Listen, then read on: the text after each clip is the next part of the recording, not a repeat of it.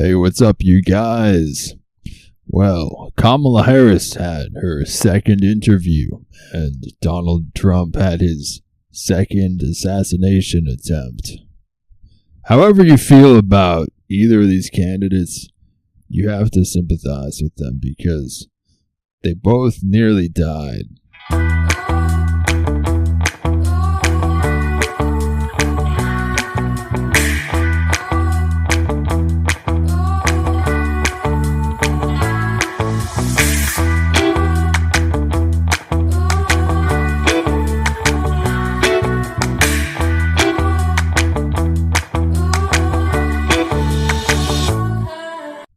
Kamala did her second interview on a local news station, like she hoped nobody would hear it. But it nearly killed her, just like the bullet that almost hit Donald Trump. In the interview, Kamala didn't really say anything different from her debate answers. She did talk about people who loved their lawns, where she grew up.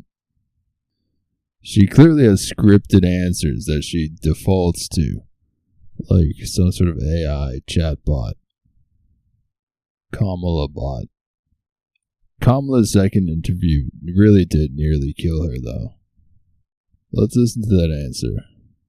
She was sweating bullets, and Donald Trump was dodging them. Well, I'll start with this. I grew up a middle-class kid. My mother raised my sister and me. She worked very hard. She was able to finally save up enough money to buy our first house when I was a teenager. I grew up in a community of hardworking people, construction workers and nurses and teachers. And I try to explain to some people who may not have had the same experience, but a lot of people will relate to this. I grew up in a neighborhood of folks who were very proud of their lawn. And I was raised to believe and to know that all people deserve dignity, and that we as Americans have a beautiful character. We have ambitions and aspirations and dreams, but not everyone necessarily has access to the resources that can help them fuel those dreams and ambitions. So when I talk about building an opportunity economy, it is very much with the mind of investing in the ambitions and aspirations and the incredible work ethic of the American people, and creating opportunity for people, for example, to start a small business. My mother, worked long hours, and our neighbor helped raise us. We used to call her, I still call her, our second mother. She was a small business owner. I love our small business owners. I learned who they are from my childhood, and she was a community leader. She hired locally. She mentored. Our small businesses are so much a part of the fabric of our communities, not to mention, really, I think, the backbone of America's economy. So my opportunity economy plan includes giving startups a $50,000 tax deduction to start their small business. It used to be $5,000. Nobody can start a small business with $5,000. But investing in people's innovative ideas and giving them the ability to go for it. Opportunity economy means, look, we don't have enough housing in America. We have a housing supply shortage. And what that means, in particular for so many younger Americans, the American dream is elusive. It's just actually not attainable. So part of my plan is to work with the private sector and housing developers to give them a tax credit, to be able to partner with us as the government to build, and my goal is 3 million new homes by the end of my first term. In addition, to help people who just want to get their foot in the door, literally, and so giving first-time home buyers a $25,000 down payment assistance to be able to just get in the door, and then they will do the work that they need to do to save and to pay that mortgage and to build wealth for themselves and their family. These are some examples of what I mean when I talk about an opportunity economy, and a lot of it has to do with just the community I was raised in and the people that I admired who work hard and deserve to have, their dreams fulfilled because they're prepared to work for it. She's like, let me start with this. I am human. She was like, let me start with this. I was born at a young age. Like, cut to the chase, girl. Nobody cares about your neighbor's lawn. You have to have a certain amount of money to have a lawn, let alone a green one. Cut to the tax break, girl. He asks for specifics about the economy, not your childhood. We don't need a specific, detailed description of your neighborhood growing up. The question wasn't, what did your childhood neighbor's lawn look like? Also, Kamala Harris was born in the U.S. but moved to Canada. She was raised in Canada. So these neighbors she's talking about are Canadians. They're fucking Canadians. They don't got no fucking work ethic. They're fucking Canadians. She's a Canadian. These lawns she's talking about were in Canada. She doesn't even know about growing up in America, even though her neighbors sound like all the members of the Village People. I think if you want to be president of the United States, you should have never left the country. You're not allowed to go to vacation in Mexico, let alone Canada. America's hat? Are you crazy? Kamala grew up in America's hat. She wants to give startups a $50,000 tax cut. Most startups fail.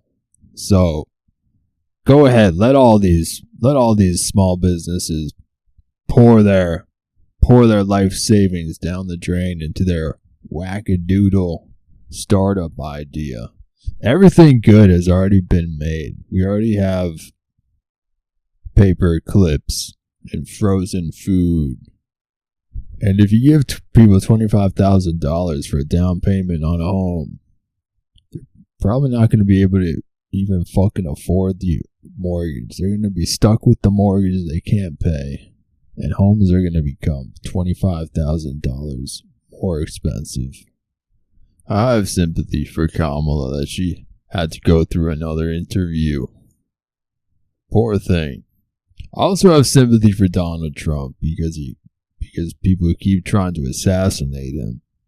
Even though Donald Trump said that illegal immigrants are animals, animals are sweet and friendly. I don't think animals should be compared to criminals. That's doing a disservice to animals. That's villainizing animals. That's dehumanizing animals. Donald Trump is an animal. Talking about grabbing women by the you-know-what. Cheating on his wife. He's a predator. He's a predatory animal. But people have also said the worst things humanly possible about him. Like, he must be eliminated. He should be put in a bullseye. He's worse than Hitler. He's the devil. All these compilations are being dropped of crazy things people have said about Donald Trump. Did you know when Trump was in office, Madonna said she had thought a lot about blowing up the White House? Like, holy shit, people are fucking radicalized. Madonna thought a lot about blowing up the White House. When Joe Biden was first running against Trump, he says he wishes he was in high school because he would take him behind the gym and beat the hell out of him. You remember that? That was unhinged. But of course, Donald Trump having two assassins after him is purely his own fault. Everything is so polarized and everyone's so passionate right now. What this election needs is a little more who gives a fuck attitude. You know, if you could take anything from this podcast, it's just who gives a fuck. We're going to have a president and it's going to be whoever it's going to be. Who gives a fuck? Remember when Biden said somebody had to put Trump in a bullseye? Go back to the fist pump Trump episode, back after the first assassination attempt. You called your opponent an existential threat on a call a week ago. You said it's time to put Trump in the bullseye. There's some dispute about the context, but I think you appreciate that. I didn't say crosshairs. I was talking about focus on. Look, the truth of the matter was, what I guess I was talking about at the time was, there was very little focus on Trump's agenda. Yeah, the term is bullseye. It was a mistake to use the word. I didn't say crosshairs. I meant bullseye. I meant focus on him. There's no difference between crosshairs and bullseye, other than what kind of weapon you're using. What are you meant to say we should assassinate him with a bow and arrow? Kamala joked on the Ellen DeGeneres show about murdering Donald Trump in an elevator, and then cackled her ass off. Kamala Harris is the wicked witch of the left. She and Joe Biden have spent literal years calling Trump a threat to democracy. That's why two guys have been brainwashed into shooting him. Trying to shoot him, shooting his ear. Democracy is not on the ballot. Democracy is the ballot. Getting a ballot, that means it's democracy. And it's not like Donald Trump wouldn't leave office after his second term. It's his second term. Come on, the dude just wants a second fucking term. Then he's gonna GTFO. Otherwise it'd be a bad look. Having, I don't know, the deep state, the Secret Service push him out of the White House. Evict him from the White House. The whole insurrection thing, that's just because he hadn't had a second term yet. He wanted a second term. So if he gets a second term, it's all good. He just wants that second term for the history books. So kids in their U.S. history class in 8th grade in 80 years can say, oh, Donald Trump had 2 terms. That's all he wants. He wants the second term. Tim Walz actually said something like, democracy isn't on the ballot. Or no, he didn't say that, but he did say democracy is the ballot or something. What did he say? And we can make sure that those weapons of war that I carry in war is the only place where those weapons... No, not that clip. Other clip. Dude was just spitting too hot fire on that clip. Forgot that he never went to war. He was just spitting. I believe Tim Walz is nonviolent because he didn't want to go to war. He is afraid of an actual fight. We don't solve our differences in this country with violence. We condemn it in all its forms. We solve our differences at the ballot box. That's how we get this done. So to each of you, you clearly understand that. Way to go, Tim Walz, for once again running away from a fight. After the first Trump assassination attempt, Biden tried to say something similar, but he kind of did a Freudian slip and said battle box. In America, we resolve our differences at the battle box. You know, that's how we do it, at the battle box, not with bullets. At the battle box. Whatever, blame it on the dementia. He tried. Ballot box is at least what was in the teleprompter, even if it wasn't what he meant to say. The man was trying his darndest to promote peace, to promote the peaceful democratic process. Hey, mispronouncing ballot box is better than telling people you want to take him by the gym and kick the shit out of him. Now, Democrats are trying to excuse themselves, trying to exonerate themselves from what they've said about Donald Trump by being like, it's not my fault. Maybe if he wasn't literally Satan, people wouldn't be trying to kill him. Now, will someone please just put him to sleep with the fishies already? I mean, Joe Biden continues to say, as recently as the DNC, which was recently, that the whole reason that he ran for president is because Trump didn't condemn neo-Nazis in Charlottesville, which isn't true. Donald Trump condemned them, or at least said they should be condemned. Totally, dude. We should totally condemn them. Yeah, totally. They should be condemned. And you had some very bad people in that group. But you also had people that were very fine people on both sides. You had people in that group, excuse me, I saw the same pictures as you did. You had people in that group that were there to protest the taking down of, to them, a very, very important statue and the renaming of a park from Robert E. Lee to another name. Well, no, George Washington was a slave owner. Was George Washington a slave owner? So will George Washington now lose his status? Are we going to take down, excuse me, are we going to take down statues to George Washington? How about Thomas Jefferson? What do you think of Thomas Jefferson? You like him? Okay, good. Are we going to take down the statue? Because he was a major slave owner. Now, we're going to take down his statue. So you know what? It's fine. You're changing history. You're changing culture. And you had people, and I'm not talking about the neo-Nazis and the white nationalists, because they should be condemned totally. But you had many people in that group other than neo-Nazis and white nationalists, okay?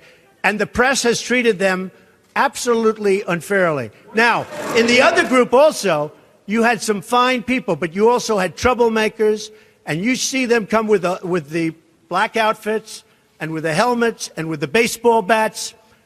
You had a lot of bad people in the other group too. So Trump did say that neo-Nazis and white nationalists should be condemned. Totally. So Donald Trump did kind of condemn white nationalists and neo-Nazis, and Joe Biden condemned them, or at least said he wanted to try running against the guy who he said didn't condemn them, which he did. So in the end, who gives a fuck? Everyone's just trying to spin a narrative that the other guy is worse. The other guy is the greater of the two evils. Or at this point, the woman is the greater or lesser of the two evils. The word of the day is rhetoric, aka bullshit. And at the end of the day, who gives a fuck?